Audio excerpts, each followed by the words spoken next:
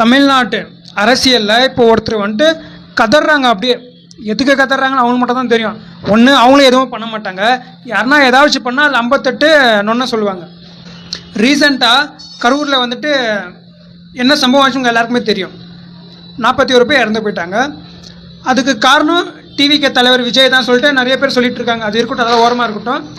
TVK தலைவர் வந்துட்டு அவங்கள எல்லாருமே அவங்க ஆஃபீஸில் கூப்பிட்டு மன்னிப்பெல்லாம் கேட்டு அவங்களுக்கு என்னென்ன செய்யணுமோ எல்லா உதவியும் செய்யறது அந்த மாதிரிலாம் பேசி அமைச்சிருக்காங்க. ஆனால் இதை சில பேரில் பல பேர் வந்துட்டு இது எதுக்கு அவர் பண்ணார், ஏன்னா மனசாட்சி இருக்கா, அது இருக்கா, இது இருக்கான்னு பேசுகிறீங்களே. கரூர் மீட்டிங்கில் வந்துட்டு 41 பேர் இறந்து போயிருக்காங்க. இப்போது இவர் ஒரு ஊர்லேயே வந்துட்டு ஒரு 5 பேராக இருக்கலாம், 3 பேராக இருக்கலாம், அந்த மாதிரிலாம் இறந்துருப்பாங்க ஒரு ஏரியா அந்த மாதிரி சரௌண்டிங்கில்.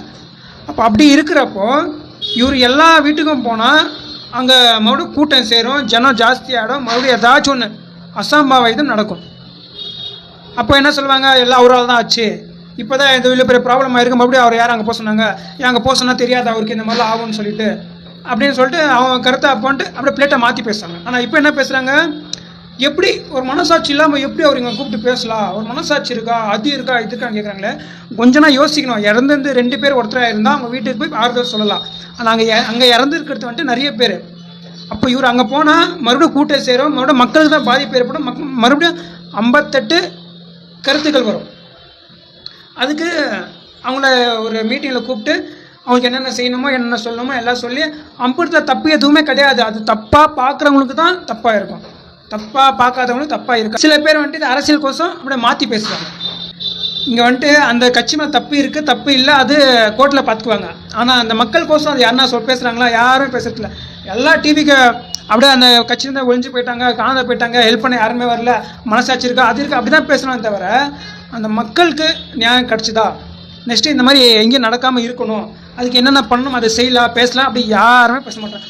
முக்கியமாக அண்ணன் சீமான் அப்படியே அவருக்கு வயிறில் எரியுதுன்னு நினைக்கிறேன். அவருக்கு நம்ம பண்ணாதுன்னு அவர் ஏதோ பண்ணிட்டாரு, அப்போ நம்ம பேசி ஆகணும் இது அப்படின்னு அவராக தானே இது பண்ணி அப்படியே பேசுகிறாரு.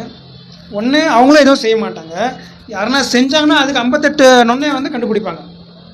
இதில் அந்த கட்சியை விட்டு போன ஒரு அக்கா, அவங்க மனசில் என்ன ஒரு வன்மை இருந்தால் ஒரு வீடியோ ஏஐ மூலமாக எடிட் பண்ணி போட்டிருக்காங்க. அது ஒரு என்ன மனசோட அது பண்ணியிருப்பாங்க.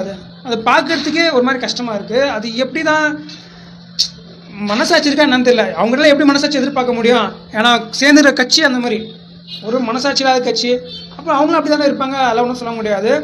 ஆனால் கரூர் விஷயத்தில் வந்துட்டு நிறைய பேர் அப்படியே பல பேர் வந்துட்டு அப்படியே எல்லாம் அன்றைக்கி நைட்டை எல்லாம் ஆடியோ பண்ணி அது மெசேஜ் எல்லாம் பேசினாங்களே. இப்போ அவங்களாம் எங்கே போனாங்க, எல்லாம் இப்போ ஷூட்டிங் நேரம் ஆகிட்டு இருக்கோம் இல்லையா, அதனால எல்லாம் ஷூட்டிங் போயிருப்பாங்க. அந்த ஷூட்டிங்கெல்லாம் முடிஞ்ச உடனே இல்லை டிவிக்கே மீட்டிங்கில் எதனா ப்ராப்ளம் ஆச்சுன்னா அப்போ அவங்க ஷூட்டிங் முடிஞ்சிடும், அப்போ அவங்க வந்து பேசுவாங்க. இப்போ ஒரு காலேஜில் வந்துட்டு 400 பேர் அட்மிட் ஆகிருக்காங்க, அதில் சில பேர் சீரியஸாக இருக்காங்க, ஆனால் அங்கே யாருமே வரல. கேட்டால் அதுக்கு ஒரு நொன்ன கதை, ஒரு நியாய கதையை பேசுகிறாங்க. ஃபஸ்ட்டு இவங்களாம் வந்துட்டு பிரச்சனையை பேசலை, அந்த பிரச்சனை யார் பண்ணாங்க, நம்ம அவங்கள தான் பேசணும் அப்படின்னு பேசுகிறாங்களே தவிர அந்த பிரச்சனை நடந்திருக்கா, அதை சால்வ் பண்ணலாமா அப்படின்னு யாருமே பேச மாட்டேன்றாங்க. கேட்டால் இல்லை, கடைசியில் என்ன சொல்கிறாங்க, அரசியல் அப்படின்னு ஒரே வாரத்தில் முடிச்சுட்டு போயிடுறாங்க. ஆனால் இங்கே முட்டாள் ஆகிறது யார், மக்கள் தான். அவங்க என்றைக்கு திரும்பி கேள்வி கேட்குறாங்களோ அன்றைக்கி தான் இதெல்லாம் மாறும்.